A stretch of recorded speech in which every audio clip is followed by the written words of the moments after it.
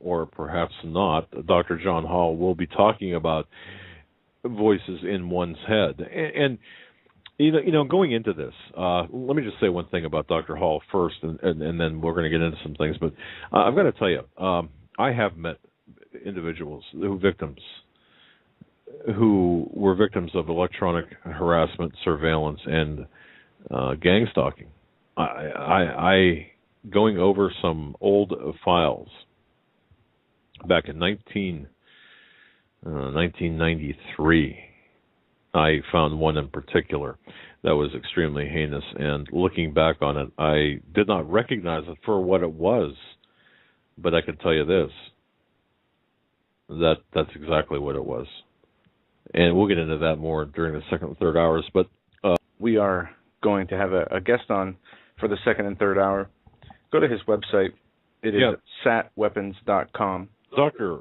John Hall, I got to tell you, I've heard him on Coast to Coast. In fact, I listened to his a recent interview, I believe, with Zeph Daniel on YouTube. You can find it on YouTube. Dr. John Hall, he's a medical doctor in San Antonio.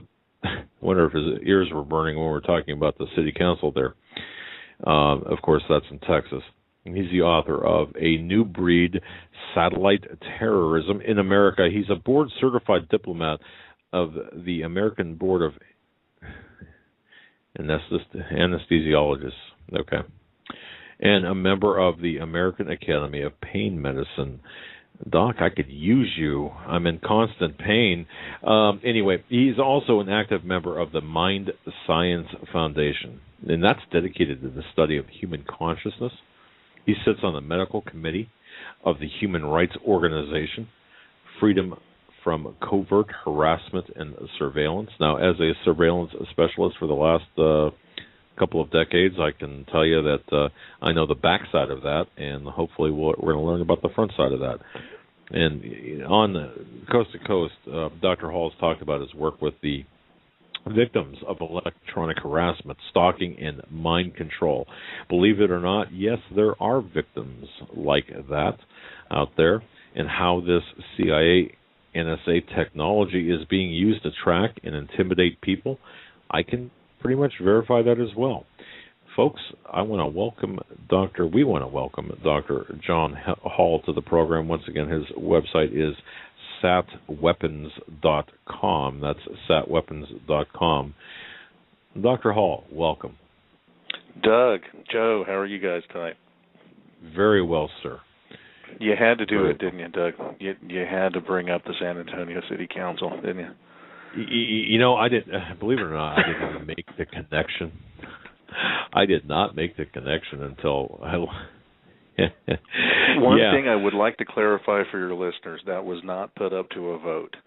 That law was imposed on us. Amazing. A law that's essentially going to affect every business, every individual, hiring and firing, freedom of speech, the whole nine yards. They didn't put up to a vote. So, that actually has a lot of people here upset, and there's a lot of people here that are disgruntled with our city council and our mayor. So, wow. Well, and I know you come at things from a Christian viewpoint, and we have a largely Christian audience, and just for context of our conversation, so you can't be too happy about this. No, and the bottom line is this: whether you're homosexual or heterosexual, that's a sexual preference, and really what goes on in the bedroom shouldn't even come to light. I know I run a fairly big office with multiple physicians as partners and lots of employees, and that's not something that's even on the job application. So wow. It really should be a non-issue at best, and certainly the people of faith that live here are a little upset because the way the law at least has originally read, supposedly they're making some changes to accommodate freedom of speech and freedom of faith. But the way the law originally read, if you're a person of faith, you can't hold office. And of course, I don't think it's so much to keep people of faith out of office as it is to make sure that it's only Democrats. in office here. And even though Texas is for the most part a Republican state, San Antonio is mostly Hispanic, which tend to vote mostly Democrat. So San Antonio typically has a Democratic city council and a Democratic mayor. But that's changing. La Raza, yeah. Well, wait a minute. You said it's changing? Wow. Okay. Well, we are still predominantly Hispanic, but there's a large portion of Hispanic voters that are finally starting to see that, that the handouts and the welfare and the stuff that's promised to them by the Democratic Party is largely slavery. Welfare is a form of slavery. So. Well, wow. Well, it's interesting, and again, Dr. Hall, I did not mean to bring that subject up, and honestly, like I said, it never even crossed my mind until I looked it down again, and hey, yeah, you're from San Antonio. Dr. Hall, I'll tell you what, I know you've been on Coast to Coast. I know you've spent time with George Norrie as I have. Tonight, we're going to turn you loose. No holds barred, and give us the complete story of what in the world is going on with gang stalking, with surveillance, electronic surveillance, this harassment. And I know, again, I've heard you talk, but I know that folks in our audience many have not, and we have a worldwide audience. So, where do you want to start? Well, I think probably a good start for those of your listeners that haven't heard of this topic is kind of a brief description of what we're really talking about when we say a gang stalking, or actually I prefer the term organized stalking or electronic harassment. And that's essentially there's a large group of individuals, and this is worldwide, it's not just here. I get emails every day from just about every country on the planet.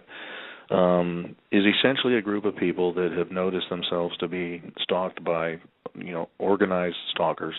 This isn't loved ones. This isn't an ex-spouse, or it may be private investigators, and I know in the United States usually is private investigators that are accessing some technology that they've been allowed to access that is CIA, NSA-based technology. That's electromagnetic weaponry. That allows for you to be tracked by your brainwaves or your EEG, and allows for your EEG to be manipulated.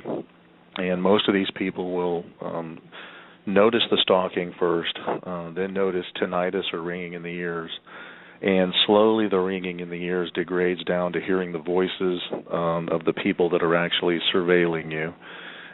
Typically harassing you, describing your whereabouts in a building or what your plans are, or what you're doing, what you're wearing. That combined with directed energy attack, which would be burning of the skin, burning of the eyes, burning of the genitals, involuntary body motion, heart speeding up and down, some severe reflux or heartburn that comes and goes.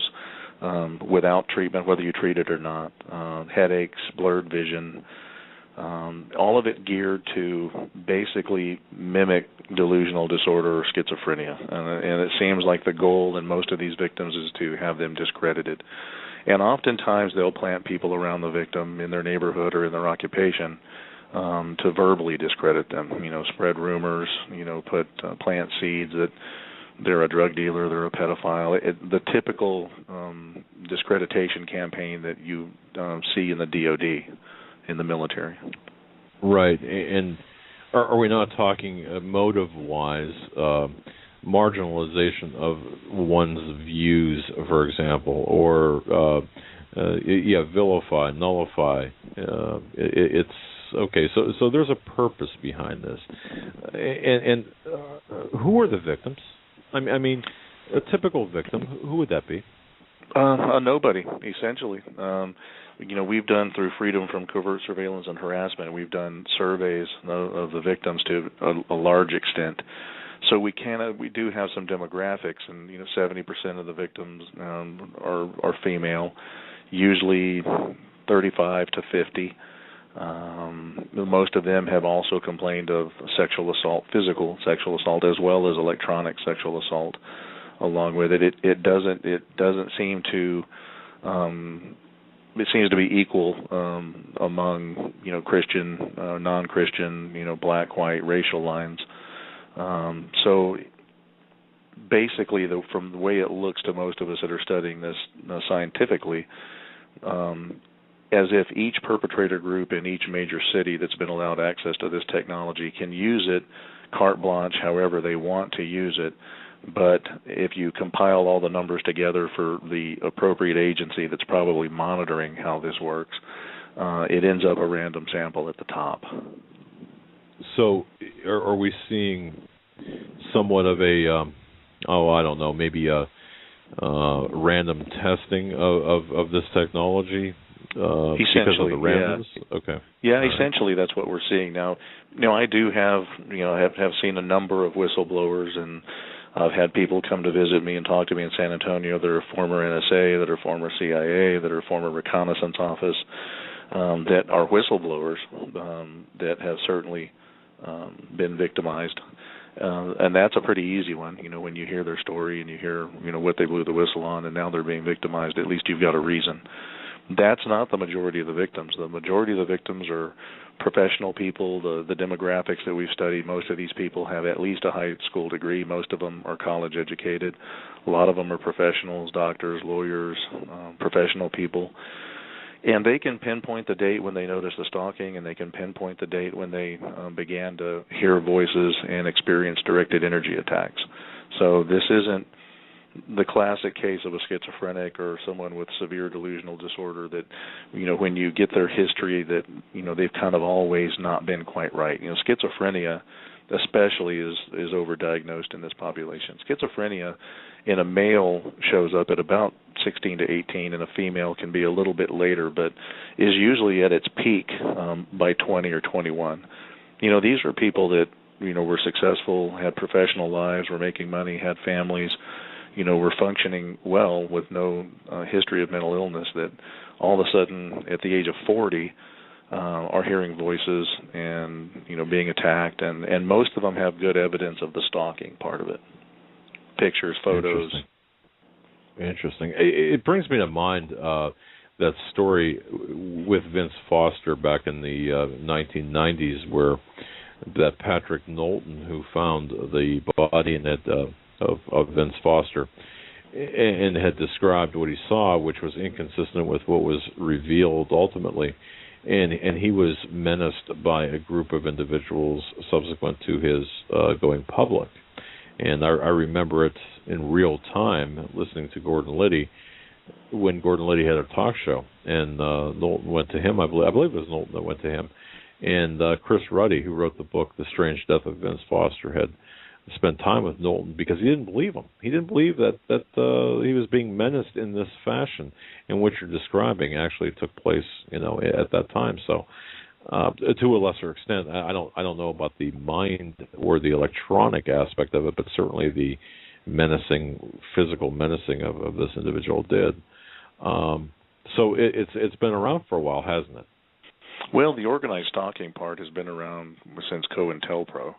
The FBI did that, in the 60s to, political groups that they found undesirable, would, leave notes or leave letters to a husband that appeared to be written by the wife, and, to put stress in a relationship, shut down bank accounts, take money out of accounts, things like that, and basically to turn a group inward against each other. And, that certainly is what the organized stalking part of it does. And we see that all the time with cell phone spoofing in these victims. Almost always it's a lot of times a married couple, and one will be victimized, and one is either non-victimized or, at worst, controlled. And the difference being that, if I put voices in your head that sound like me, or a female voice, well, you're being harassed. If I put voices in your head that sound like your voice, everybody, if you break down a thought process, when you're reading a book, you're actually hearing your own voice in your head as you read. And if I put your voice in your head, then that becomes a thought. And a lot of people will act on that thought, and that's essentially how subliminal control works that way. I can verify this, and this is something that I'm not necessarily proud of. And Joe and I can, we've had occasion in the past being investigators, in the private sector by profession, myself for over 2.5 decades. Cell phone spoofing. We've done that. I can tell you, we've done that, and it works beautifully. It's an amazing. Yes, and it's not something I'm proud of. And it was done when we did it. It was done for a specific purpose. It was limited to. Well, I won't even get into it. But the fact is, it's easy to do. It doesn't. I mean, it's not that difficult to do. But what you're saying here is there's this. I believe you're saying that there's this huge operation. I mean, MK Ultra you mentioned. We really haven't. MK Ultra is still going on, isn't it? This is a continuation of MK Ultra. MK Ultra started right after the Korean War and was the almost a couple of hundred sub-projects of all geared at remotely controlling the human organism. And it went from as benign studies as just studying children's behavior patterns on playgrounds by visually surveilling them, all the way to Jose Delgado's STIMO receiver and chipping the brain and trying to control people by stimulating certain parts of the brain. And, I will tell you this is Jose Delgado, I think in the 80s, did an interview, and he actually was implanting brains to do his control. And as you probably know, he wrote a book called Electromagnetics to develop a psycho-civilized society. He's a firm believer that man should not be allowed to govern himself. That if we could chip all of us at birth, that would be the thing to do, and then have an elite at the top that can control the masses. He was a firm believer in that. And in the 80s, he actually came forth and said that, we've got the technology now where we no longer have to chip someone to do this kind of control, that it can be done by broadcasted frequency. And that was late 70s, early 80s. And amazingly enough, some of the earliest legitimate complaints that can be verified of people suffering from this were 5 or 6 prisoners from the Utah State Prison who in 85 to 90 came forward, wrote legal affidavits saying that they were put in solitary confinement where they noticed such a strong electromagnetic field in the room that a lot of them could not even get out of bed or get off the floor. They would try to stand and they couldn't. They all noticed tinnitus ringing in their ears, and the tinnitus slowly degraded to hearing voices. And of course, these guys, weren't exactly rocket scientists. They didn't know how to explain it, but they did notice that the voices that they were hearing seemed to be responding to their thoughts. That if they would think something bad, they would get zapped. If they would think whatever the voices were telling them to think, then they would be left alone for a little while and given a break from the torture.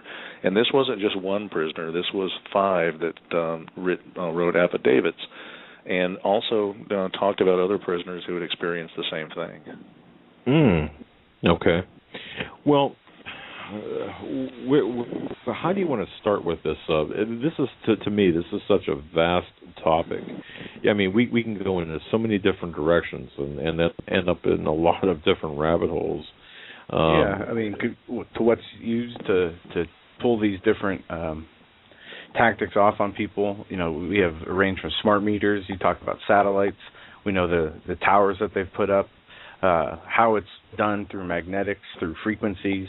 If we can get into that a little bit, I guess give us a basic rundown on what you've experienced and researched. And to start, I'll just give you a brief history of how I got involved with this, because I'm an anesthesiologist and a pain management physician. So trust me, I never in a million years would have dreamed that I was going to be the spearhead against this type of technology. It kind of was forced on me.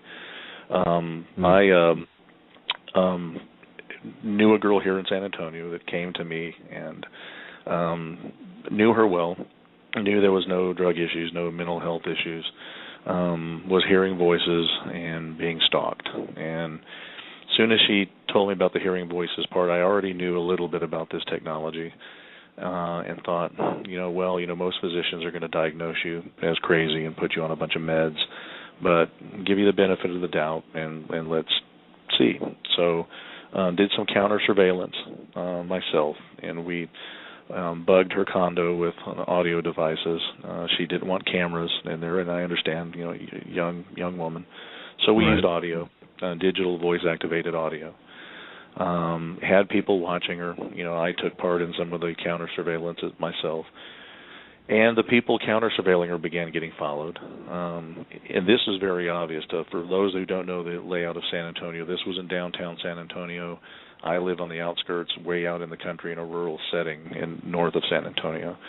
And on a weeknight at midnight, when you see the same 3 cars that you saw in the parking lot of the condominium complex following you 20 miles north to your driveway, it's pretty obvious. At that point, that's not surveillance. That's direct harassment. So we wrote the plate numbers down, ran the plates. The plates all came back to a private investigative agency ran by a former FBI agent who hired nothing but his family members. Here in Texas, as a PI, you're licensed by the Department of Public Safety, which is our highway patrol, and you can get a list of employees. Right. So check the list. In the audio surveillance part, she did have people breaking in.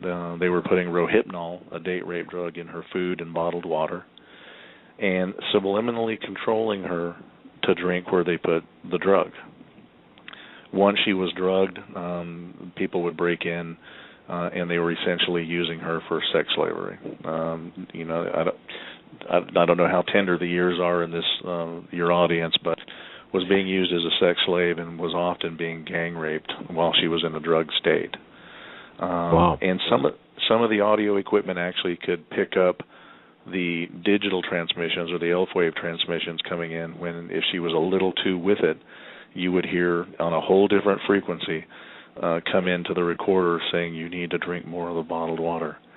And they would, at least in one of the recordings that was turned over to the police, she's screaming and yelling at these people, and they're digging through cabinets and looking under the refrigerator and under the stove, looking for some of the recording devices. And one of them they found, and a female voice says, "I found it, how do I shut it off?" And a male voice says, "Just hit some buttons until it turns off." But they didn't steal them, because that's one thing with this type of stalking, is they may come in and move things around in your house, take appliances apart, put all of your clothes on the couch out of your bedroom, move your sneakers around, leave cigarettes burning, but they won't steal anything. Because if you steal something, you can get a burglary charge, and the police will actually investigate that.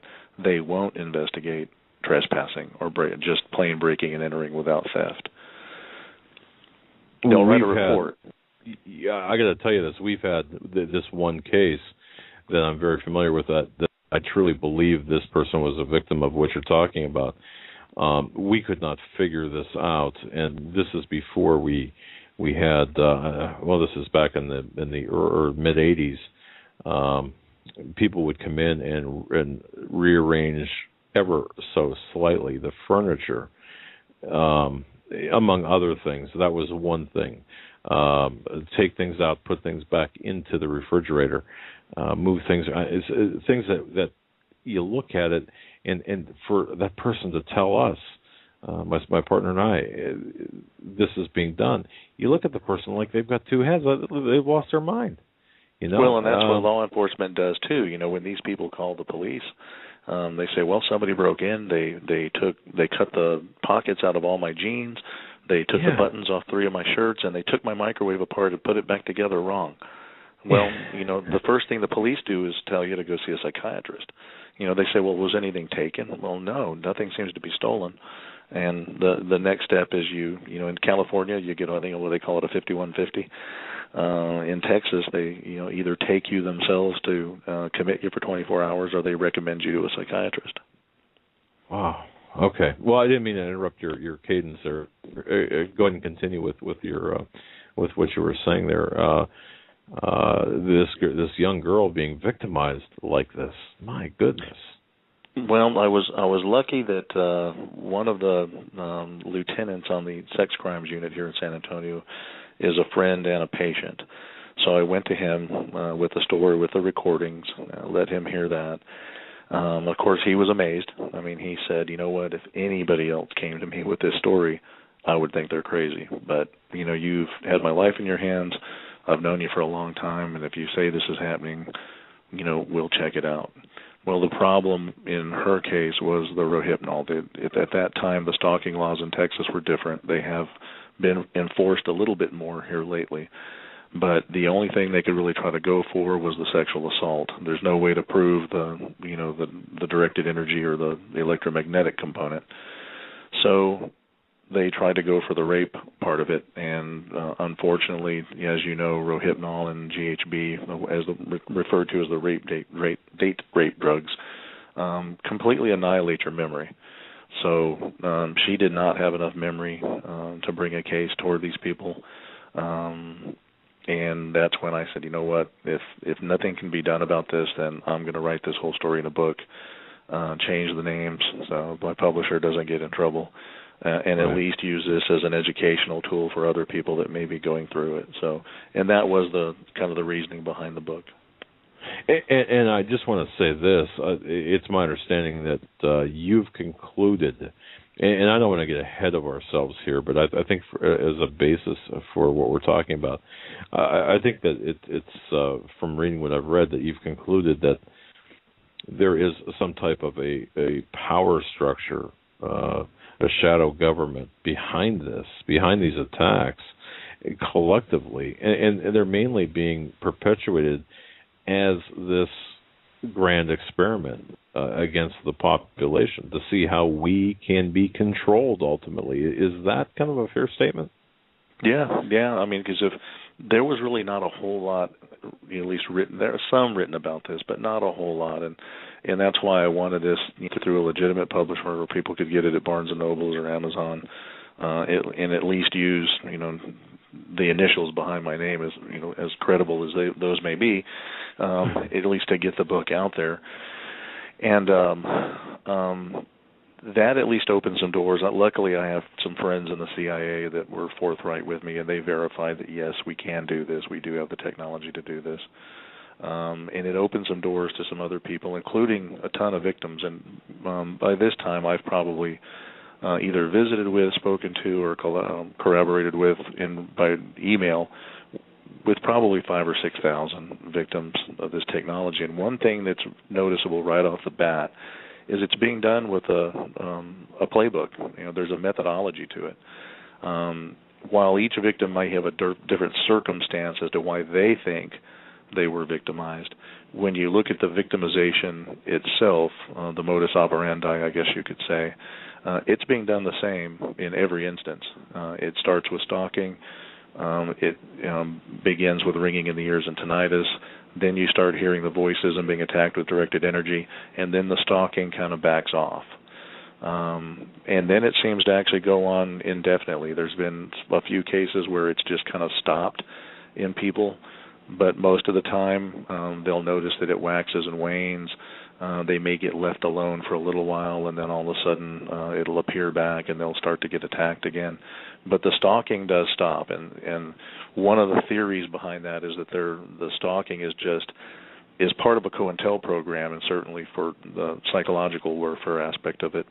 But the other thing is to GPS someone by vicinity.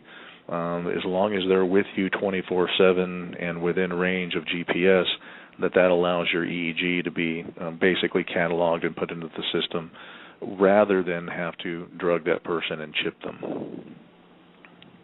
So what you're saying is you're moving from a physical type of, I'll use the word assault, to now an consistent electronic assault on the person. Is that right?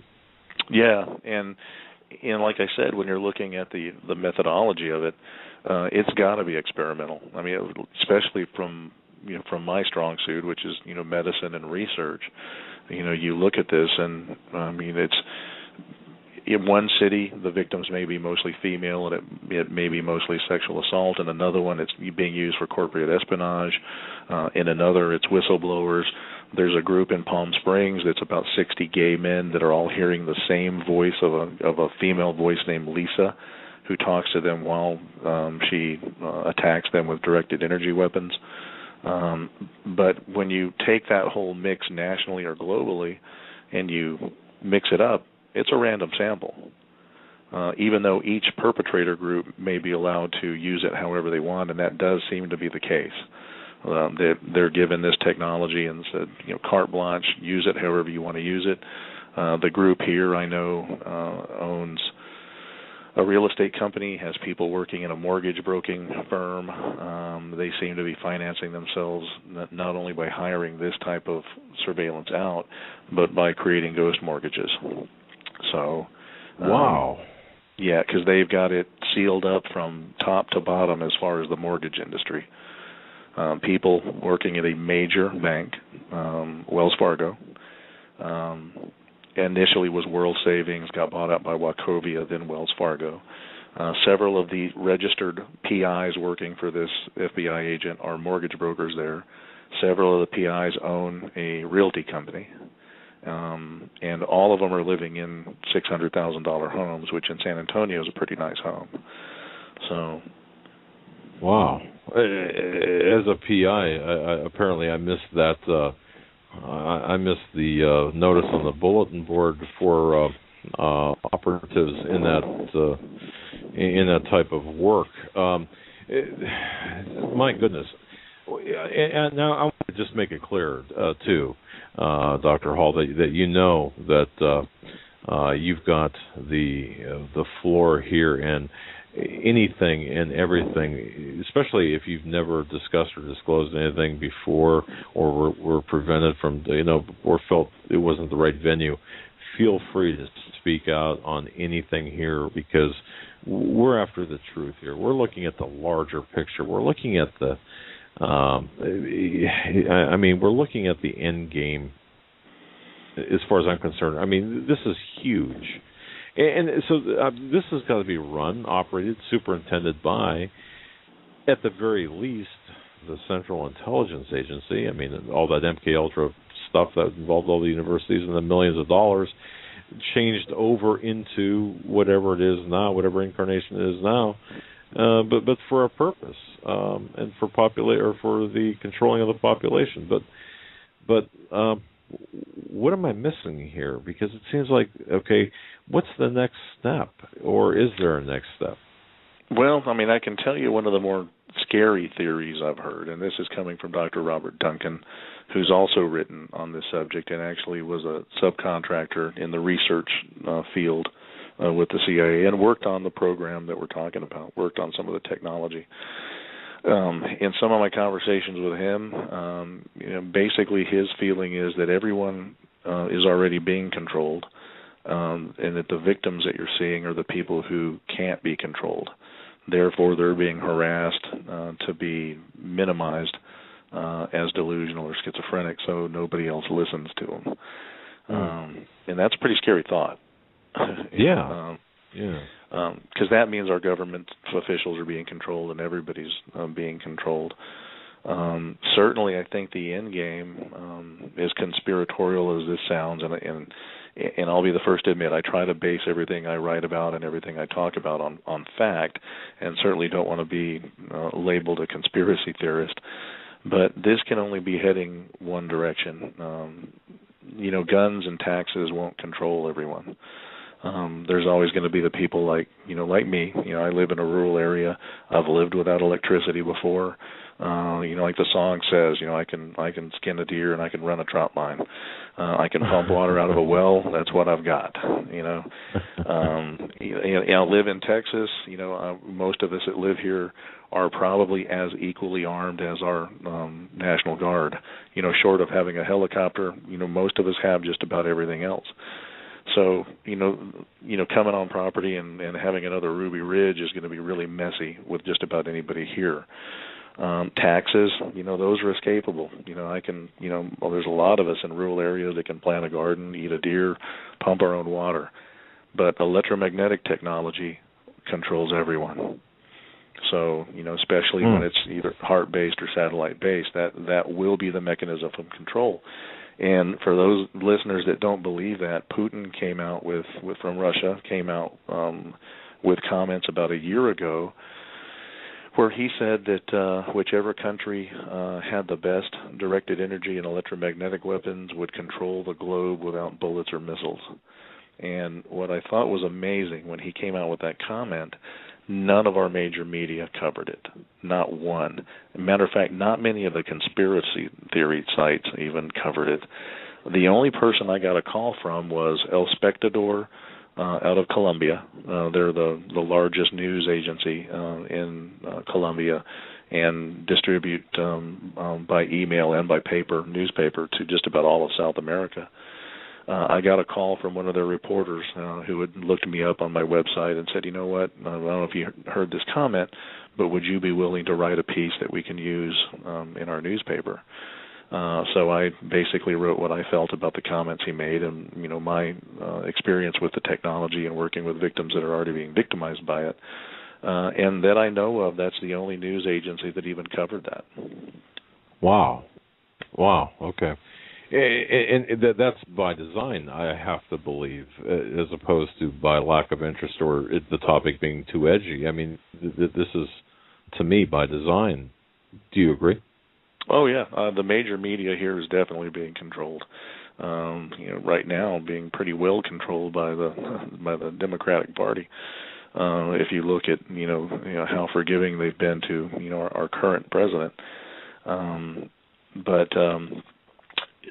yeah, I mean George Norrie and you guys and some of the other alternative news sources have really been the only ones to cover any of this, which is kind of sad. And one of the reasons that Freedom from Covert Surveillance and Harassment exists, there's another more scientific-based organization that I sit on called ISA-ACT, or the International Center Against Abuse of Covert Technologies, and that's actually a group of professional people, multidisciplinary, that are actually looking at this from more of a scientific point of view.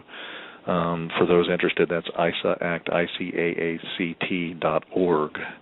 And our focus is trying to get as much scientific data behind this as we can to fight it, and public education. And on the educational front, there's also been a screenplay written on my book, and hopefully it'll be actually in movie theaters in not too far from now. Right now we're in pre-production, and those interested that want to be a part of that, that is newbreedmovie.com. New Breed Movie, okay. Yeah, newbreedmovie.com. Okay. Because educating the public has a large bearing on this. I found that out after I released the book. I had a lot of people contact me after being on George Norrie, seeing my website, and contact me saying, our son was complaining of this for years. We've had him on every psych med. He's seen 3 different psychiatrists. He's had electroconvulsive therapy, and yes, believe it or not, I've come across families that actually let a psychiatrist shock their loved ones because they were complaining of electronic harassment, and of course none of it worked. And they said, until we heard you on George Norrie or we heard you on one of your radio interviews, we didn't understand what it was, and now we do know what he's going through, and we're sorry we did the things we did because we just didn't understand. And I've actually had a number of families come to San Antonio to meet with me with their loved one, whether it's a child, a wife, a spouse, that's going through this, just to talk to me so they can get a better understanding about it. So, I mean, the educational efforts really do pay off. How do you fight against, or how do you protect yourself against something like this, Doctor? Well, it's difficult, and what I tell a lot of the victims, I wish the victims would contact me when they first notice the stalking, because that's the opportunity you have to really prevent a lot of this. But most of us don't want to be labeled as crazy. So you see the same car sitting outside your driveway, or following you home from work, or following you to work. In the back of your mind, you're thinking, this person's following me, but you try to, blow it off and think, well, yeah, I don't want to be labeled as crazy. It's probably somebody driving the same direction, or it's probably somebody that's going next door and just parking in front of my house every night. So, they let it go. If you can catch it during the stalking phase, most law enforcement agencies will take stalking serious. Most states now have anti-stalking laws. In Texas, they were changed, or if you notice the same person following you twice, you can get a restraining order without having to prove that they've injured you, which it used to be you had to prove physical injury. So that's actually the best time to nip it in the bud, because if they can't stalk you, then they're going to be forced to try to surreptitiously drug you somehow, where they can actually implant you with a chip to track you by, or get a hold of your phone to put software on it where they can track your phone. Assuming that most of these PI agencies probably don't have access to AT&T or Verizon, to actually have that done without a warrant, which allegedly the police have to have a warrant to track you by your phone. But if you can nip it in the bud at the stalking, that'll stop a lot. Now, once you're actually in the throes of electronic harassment, at least our theories now, if you're not chipped, or even if you are chipped, that it's basically done by EEG manipulation. Then there's some subtle ways of altering your EEG, to foil the stalking. You can use shielding. We've tested people, put them in Faraday cages or anechoic chambers. That will minimize it, but the problem with that is you can't live your life living in a Faraday cage. From a bubble boy to a Faraday cage boy, I guess. And I don't mean to make light of it, but seriously, I mean, it's, if we are to accept, and I do accept that this is taking place. I mean, just look at the history behind this, the MK Ultra program. Look at the universities involved in this. Look at the government agencies involved in this. And then, as you said, Doctor, look at the end game. What the end game is. It makes sense that this would be taking place. Now, how is this funded? I mean, who's paying for this?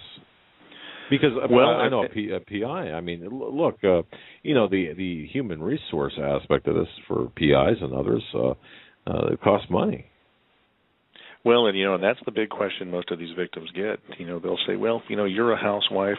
You're not a political radical. You're not a member of a terrorist group. Why would anybody want to spend? Or the police will tell you. Do you know the vast amounts of money they would have to spend to do this to you?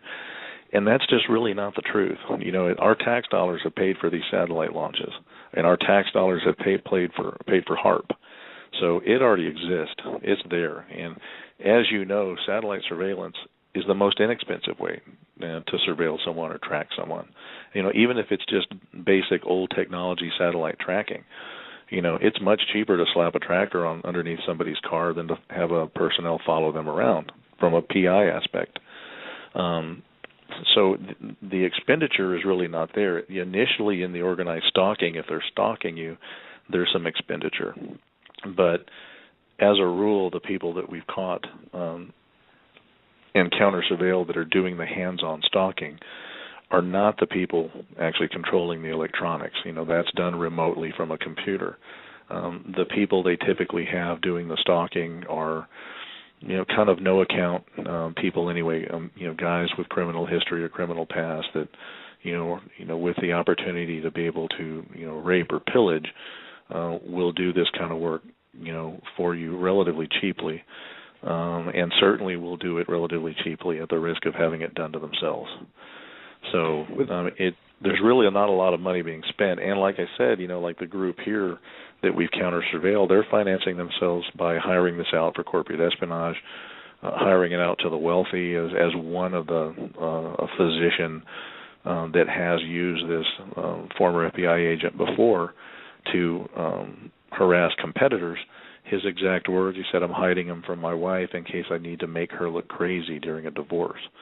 And I've been contacted since by another woman who's getting a divorce from a very prominent physician in Texas who is doing just that. And it's the same investigator. She's identified the same investigator, parking in front of her house, shining bright lights in the window. She thought her house had microphones and cameras put in it because they always knew what she was thinking or what her plans were, when indeed it was the group that's using electronic surveillance on her. So, I mean, it is being hired out among the wealthy for corporate espionage and, for messing with competitors or harassing ex-spouses. And, and that even goes all the way up to the NSA. I don't know if you'd seen the news, and I brought this up on George Norrie's show. that the NSA, one of the things they admitted is that several of their agents have been guilty of victimizing romantic interest using NSA technology. And it happens so frequently within the NSA that they call it love int. Instead of HUMINT for human intelligence, SIGINT for signals intelligent, love int, love INT for love intelligence. And of course, wow. Congresswoman Feinstein said she was going to get right to the bottom of that and have a report back for the public that it was only 1 or 2 cases a year. Come on, human nature dictates that. If you just got a divorce and you're working for the NSA and you can harass and watch your spouse, you're going to do it. So it's going to be more than 1 or 2 cases a year. But the fact that it happens so commonly that they have a pet name for it is kind of disconcerting. Absolutely. Your website here, you said a new breed of satellite terrorism in America. What about the emergence of drone technology? How does this play into all this?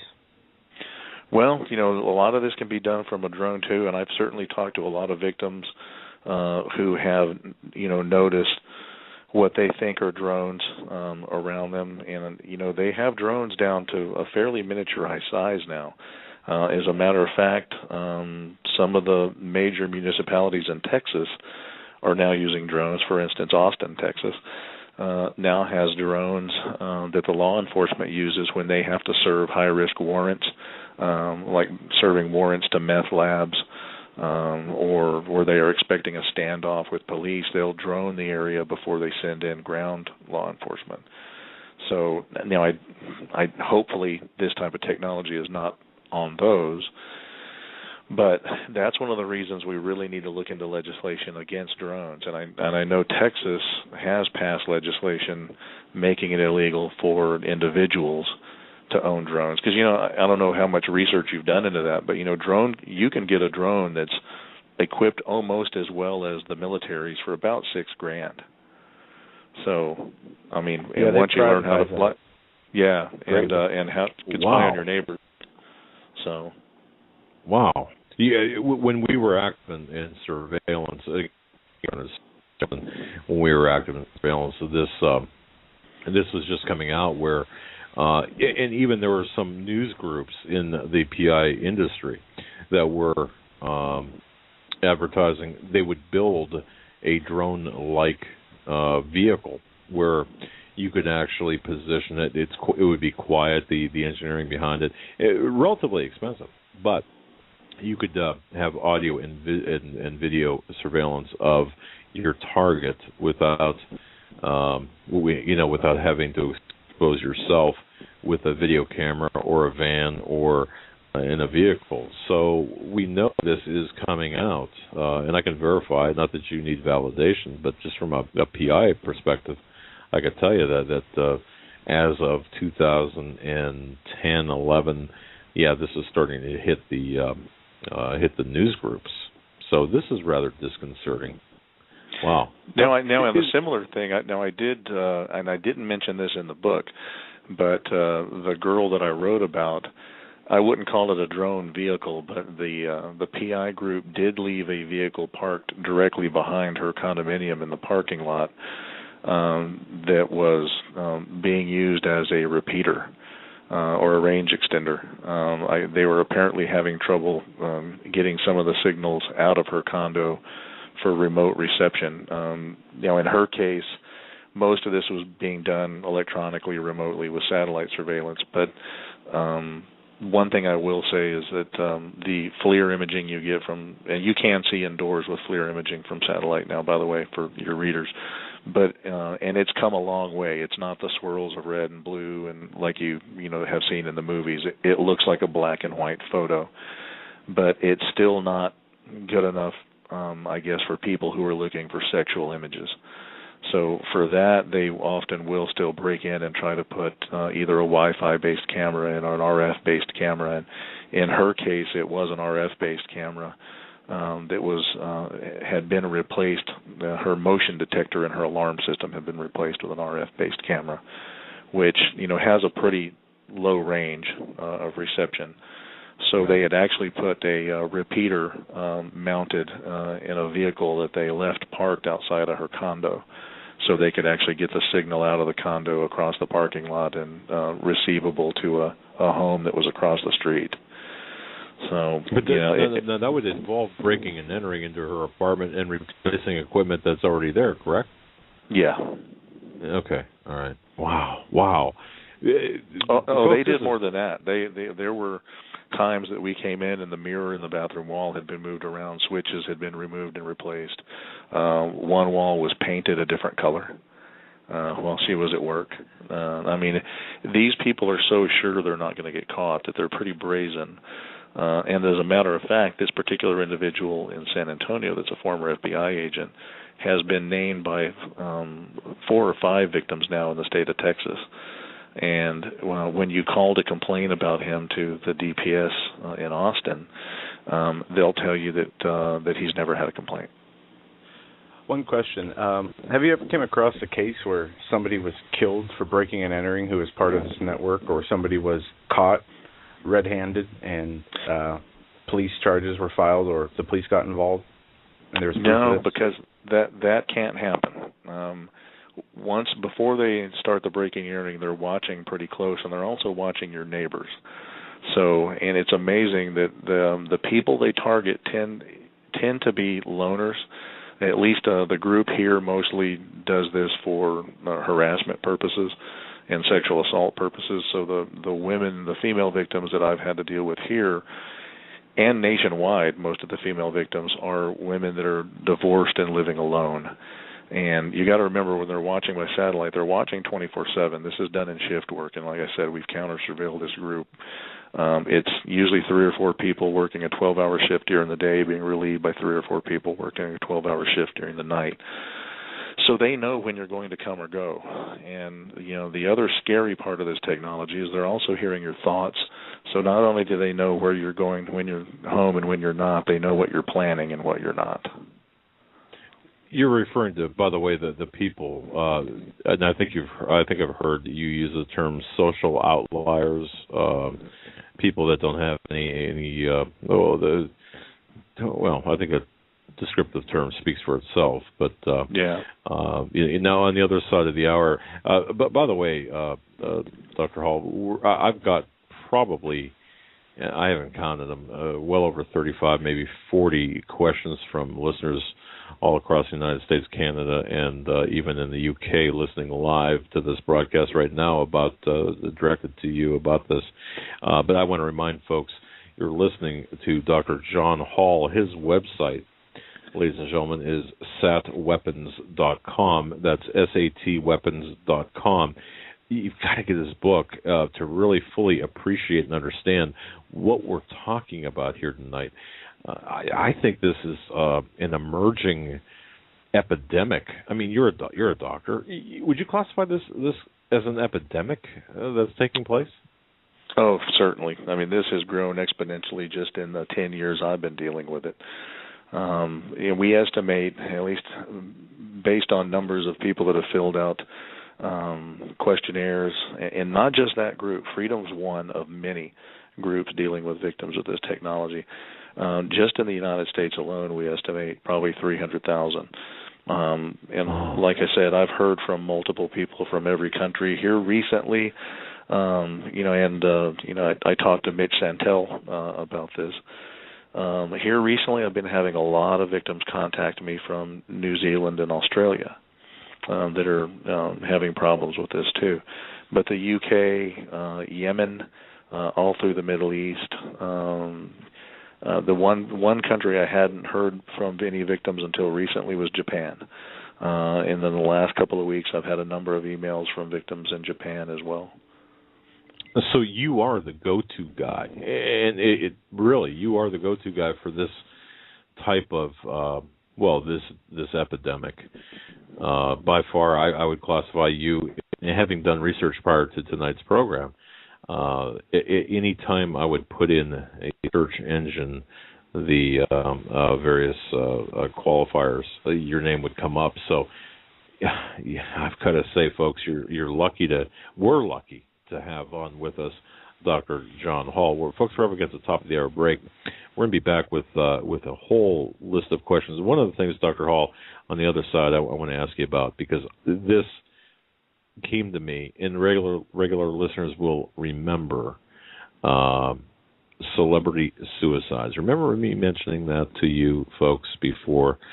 I've got some questions about celebrity issues, as well as a couple of other things, including but not limited to. Well, I'll just leave it at celebrity suicide, celebrity events on the other side of the break. Folks, you're listening to the Hagman and Hagman Report on this, the 11th day of September 2013.